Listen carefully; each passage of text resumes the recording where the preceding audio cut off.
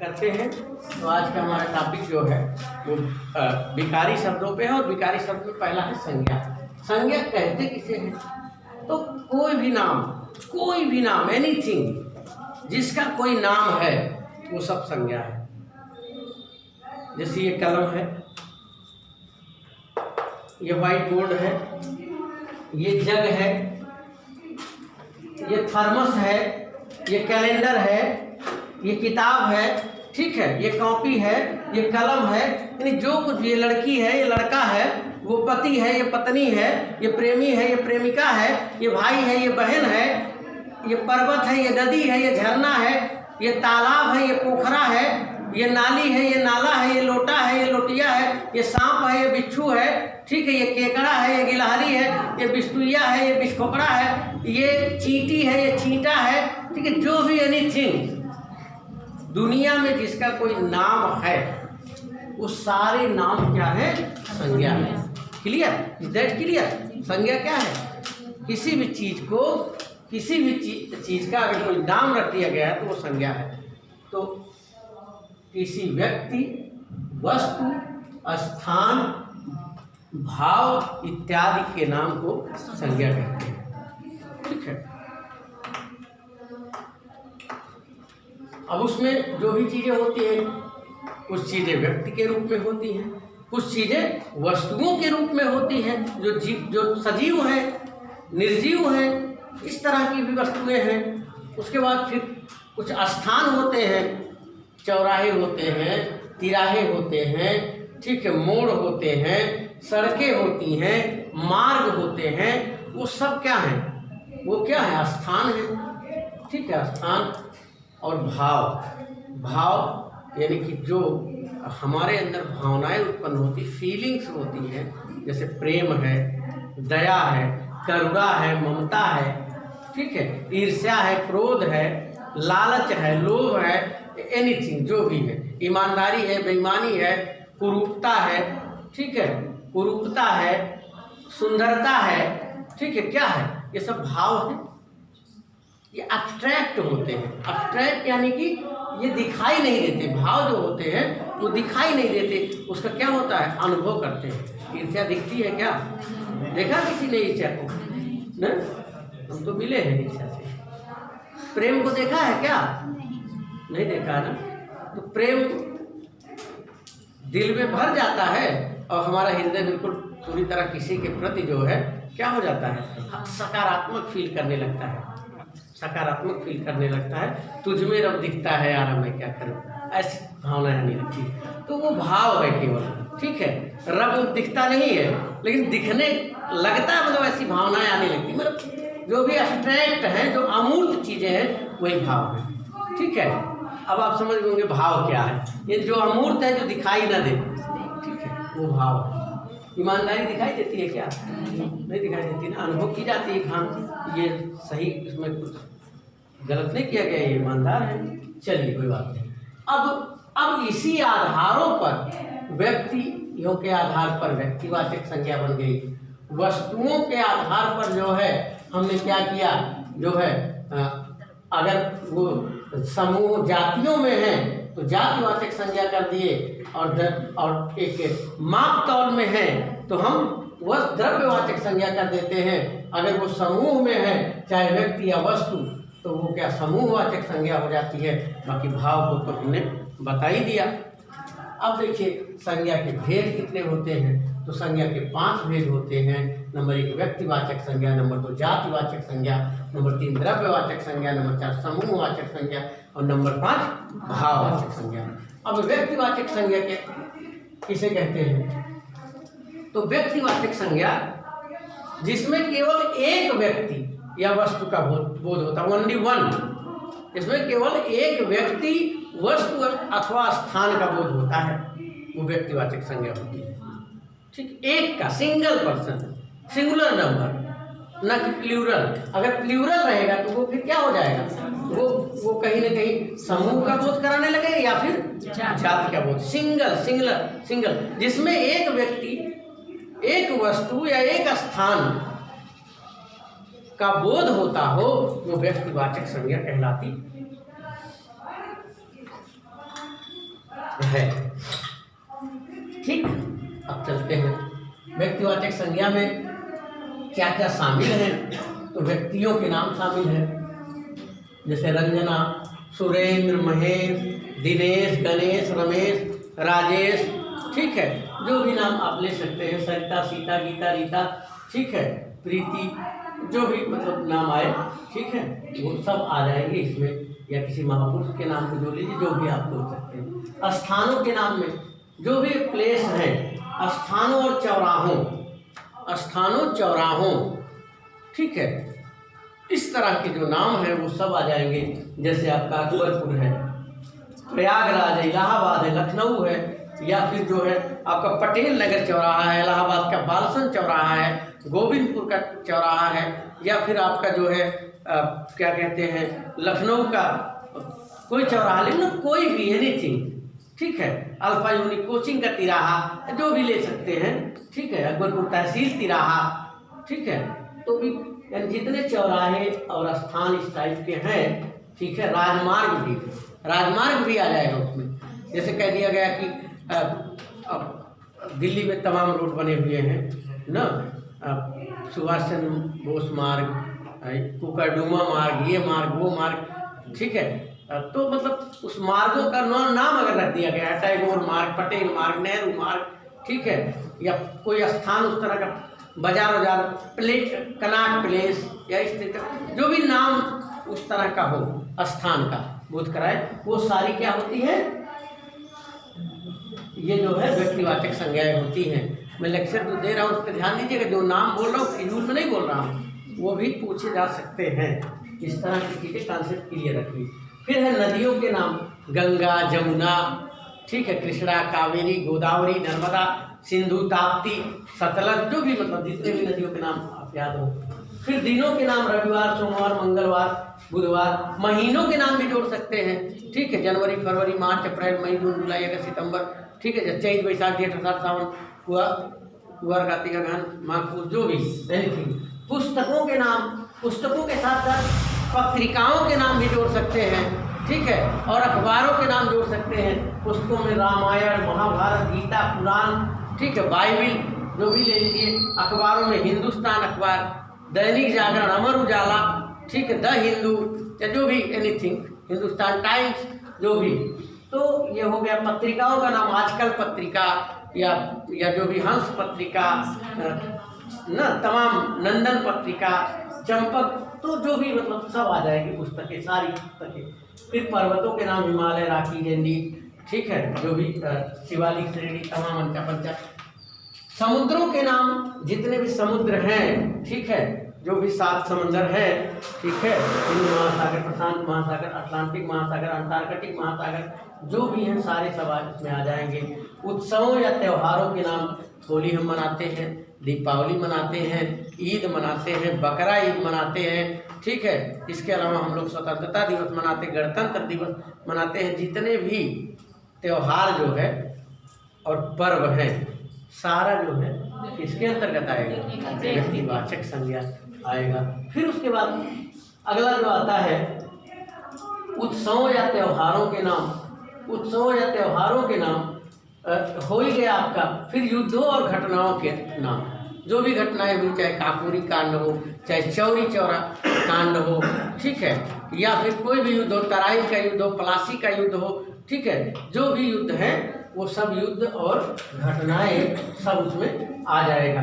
फिर देशों के नाम, भारत, पाकिस्तान, चीन, अमेरिका, ठीक है, ब्रिटेन, रूस, अफगानिस्तान, कजाकिस्तान, तुर्कमेनिस्तान, बलूचिस्तान, ठीक है, मतलब जितने आपका देश आ सकता है, इटली, जो भी एनीथिंग सब आ जाएगा। अब उसके बाद बात करते हैं हम जातियों के नाम। तो उन देशों में, देशों को जो संबोधित किया जाता है जिस जाति के नाम से, वो भी आ जाएगा।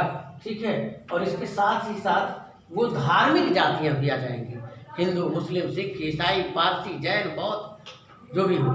ठीक है, उसके बाद जातियों का यहाँ तात्पर्य जो देश के हिसाब से, तो हिंदुस्तानी, चीनी, पाकिस्तानी, अफगानिस्तानी, ठीक है, उसके बाद अमेरिकी, रूसी, ब्रिटिश, जो भी इस तरह का जो है वो सब आ जाएंगे। तो मुझे लगता है कि आप लोग क्लियर हो गए होंगे। कोई दिक्कत, कोई कंफ्यूजन? आगे चलें। तो दूसरा जो है हमारा जातिवाचक संज्ञा है। तो जातिवाचक संज्ञा जिससे किसी जो है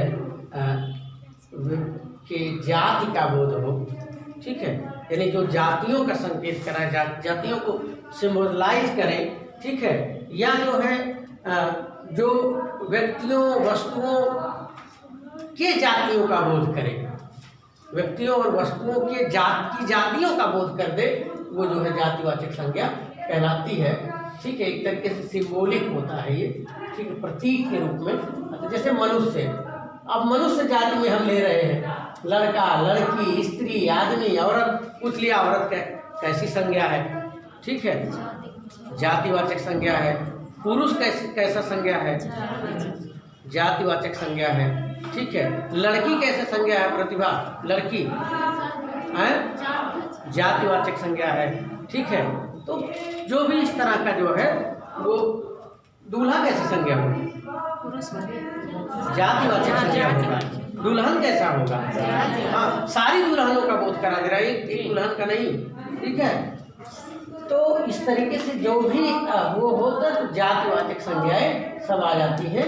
ये सब मनुष्यों की जो जातियां हैं, कैटेगराइज हैं, ठीक है, वो जातियां नहीं वर्ण व्यवस्था वाली जातियां, बल्कि जो इस तरह की मेल फीमेल जेंडर को व्यक्त कर रही है वो सब जातिवाचक संज्ञा में आ गई। उसी तरीके से जातिवाचक संज्ञा बोल देने पर जो है वो समस्त जातियों का बोध हो जाता है। जैसे हमने कह दिया कि गाय, तो समस्त गाय उसमें आ गई, ठीक है। अब चाहे वो जर्सी हो, चाहे वो भदावरी हो, चाहे वो साहीवाल हो, चाहे वो जो भी नस्लें हो, सब उसमें आ गई। शेर, मोर, बकरी, भालू, जो भी जानवर, ठीक है, जानवर या पशु या पक्षी, ठीक है, पक्षियों में भी आप कोई भी किसी चिड़िया का नाम ले लीजिए कुछ भी, तो सब उसी में आ जाएगा। तोता होता सब इसमें आ जाएगा, तोता होता भी कर सकते हैं। वस्तुओं, घड़ी कह दिए तो सभी प्रकार की घड़ियाँ उसमें आ जाएंगी, सभी घड़ी की जाति का बोध हो गया, ठीक है। मेज कह दिए तो मेज भी हो गया, चाहे वो गोल डाइनिंग टेबल हो, चाहे आपका राइटिंग टेबल हो, चाहे जो भी हो, सब उसमें। कुर्सी, कलम, तो यहाँ स्पेशलाइज नहीं हम कर रहे हैं। अगर इसी को स्पेशलाइज कर दे कि फला मोर, ठीक है, अब हाथी कह दो, हाथी सब आ गया, अब एरावत हाथी कर दे तो स्पेशलाइजेशन हो जाएगा, तब वो व्यक्तिवाचक में चली जाएगी।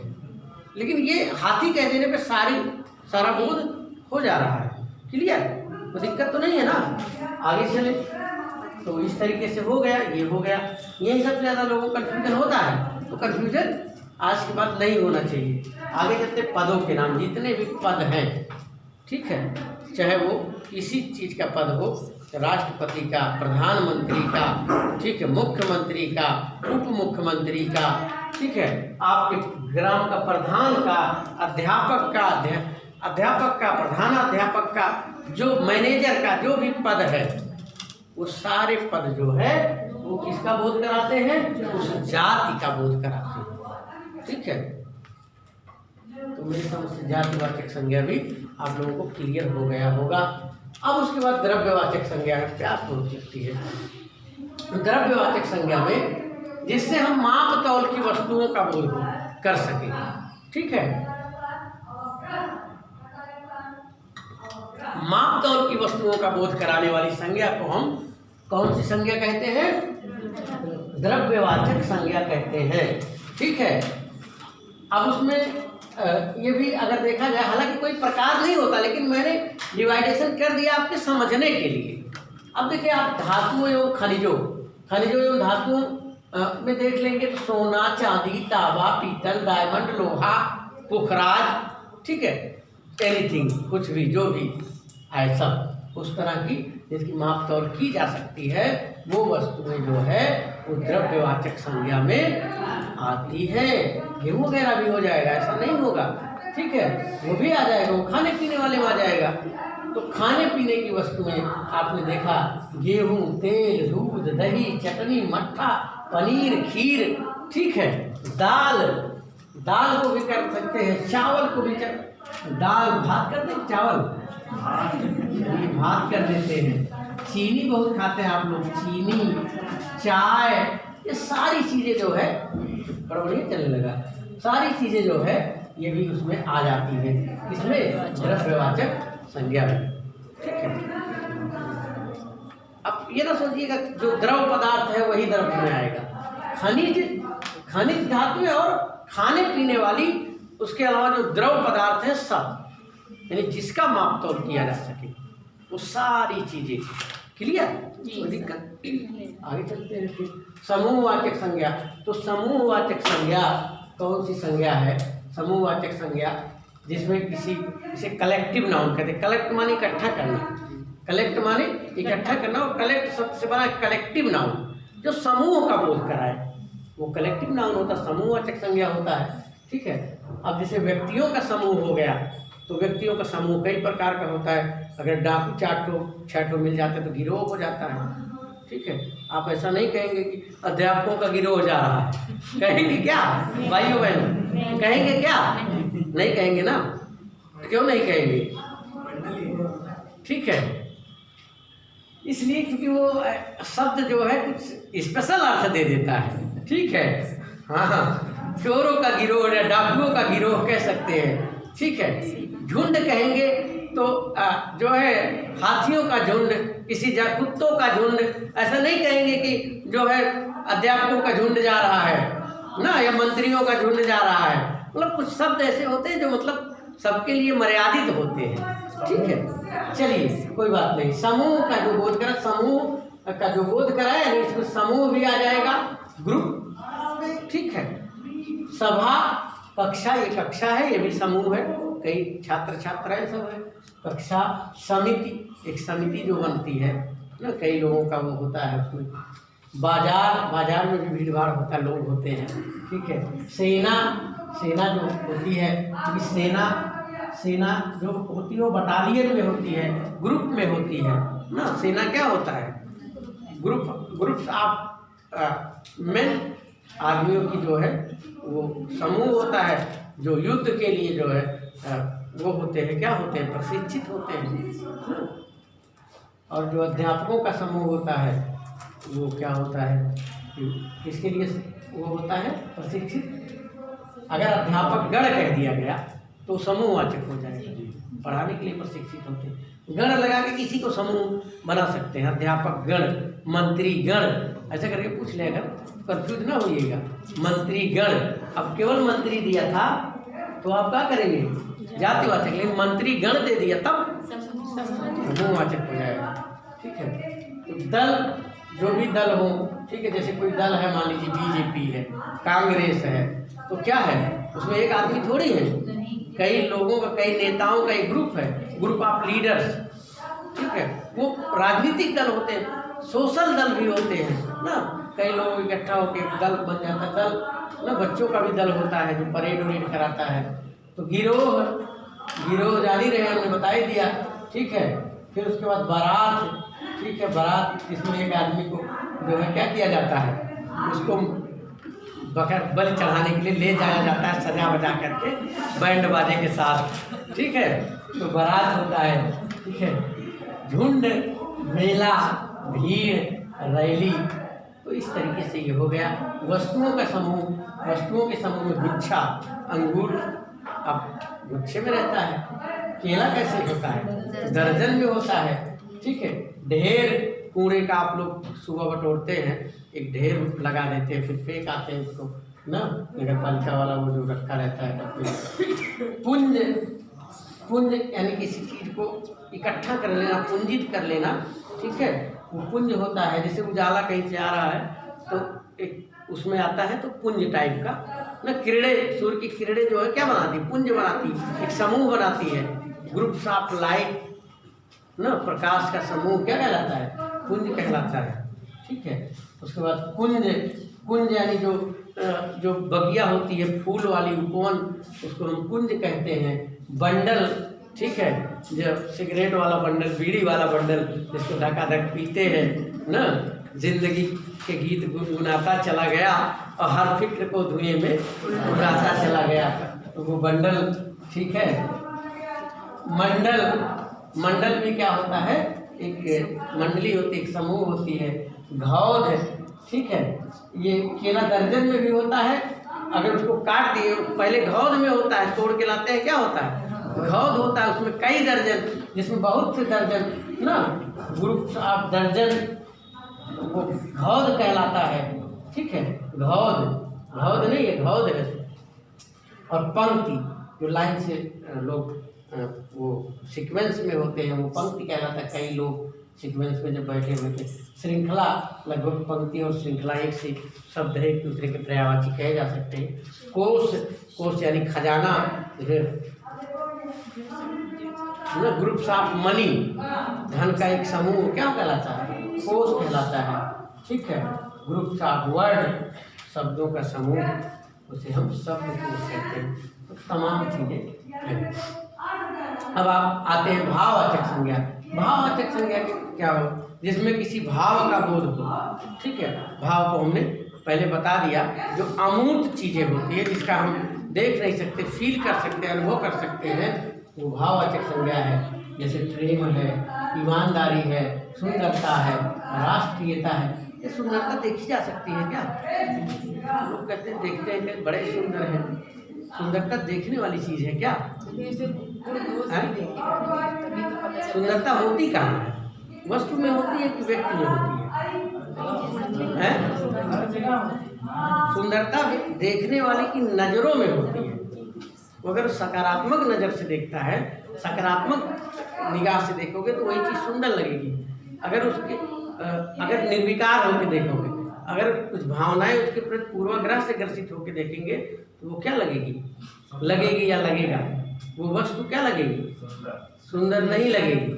अगर कुछ भावनाएं, ठीक है, कुरूप लगेंगी। तो सुंदरता और कुरूपता क्या है? भावनाएं है मन की। कि ऐसा होता नहीं, किसी को वही चीज कुरूप लगता है, कोई उसी चीज के लिए दीवाना होता है कि नहीं? ठीक है, तो वो चीज है। कोई किसी को रिजेक्ट कर देता है और कोई किसी को कहता है, सेलेक्ट कर लेता है उसी। तो मतलब कहने का मतलब ये भाव है, केवल मन के भाव है। आप रामचंद्र शुक्ल जी को पढ़ेंगे तो मनोविकार संबंधी जब उसमें लेख, तो उसमें सब चीज़ें हैं, सब केवल मन के भाव है, ठीक है। राष्ट्रीयता क्या है?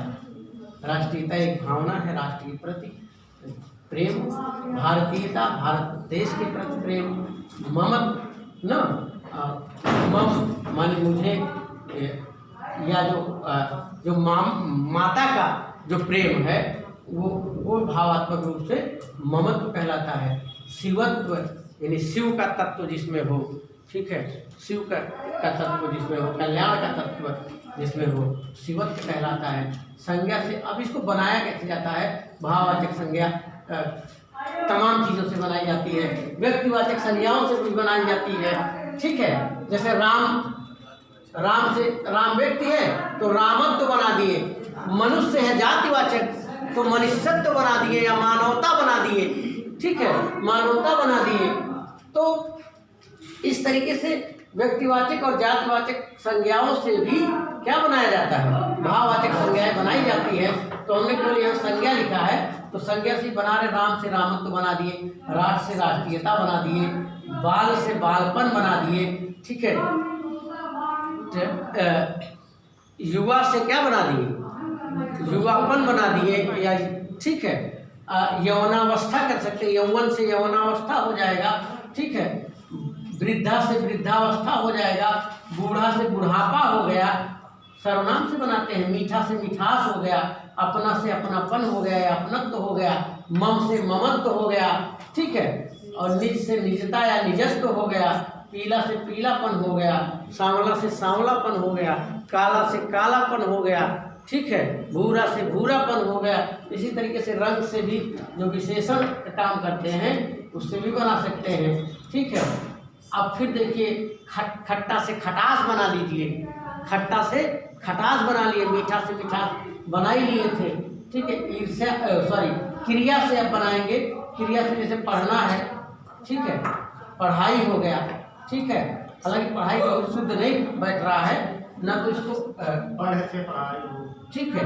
और हाँ, लेकिन उतना बढ़िया मतलब बैठ नहीं रहा है, जाने दीजिए, आप लोगों को कंफ्यूजन हो जाएगा, फिर समस्या पैदा होगी। तो जो जिससे बढ़िया से बन जाए उसी को लेते हैं। लिखना से लिखावट हो गया, लिखावट, लिखना नहीं लिखे कहीं, लिखावट लिखिए। लिखना से लिखावट हो गया, ठीक है। बनना से बनावट हो गया, ठीक है। सजना से सजावट हो गया, मारना से मार हो गया, ठीक है। मारना से मार हो गया। फिर जो है चलना शब्द ले लीजिए, चलना, चलना से चलन हो जाएगा, चलन, ठीक है। कहते हैं इसका चलन है, तो वो भी एक भाव है। चलना से चलन हो गया, सजना सजावट हो गया, मारना से मार हो गया। और अव्यय से भी बना सकते हैं, जैसे यथा से यथावत हो गया, ठीक है। तथा से तथावत हो गया, ठीक है। दूर से दूरी हो गया। तो ये सब जो है भाववाचक संज्ञाएं हैं। क्योंकि दूरी जो है, दूरी दिखाई देती है क्या, वो तो हम एक मानक बना लेते हैं, ये भावना होती। थकना से थकावट हो गया, ठीक है। लड़ना से लड़ हो गया, ठीक है। तो इस तरीके से तमाम चीज़ें बनेगी। बुनना से बुनावट हो गया, कसना से कसावट हो गया, ठीक है। तो इस तरीके से जो है आपकी जो है भाववाचक संज्ञाएं भी बन जाती है। तो हिंदुस्तानी मानस पॉइंट पे आप लोगों का हार्दिक स्वागत, वंदन और अभिनंदन है।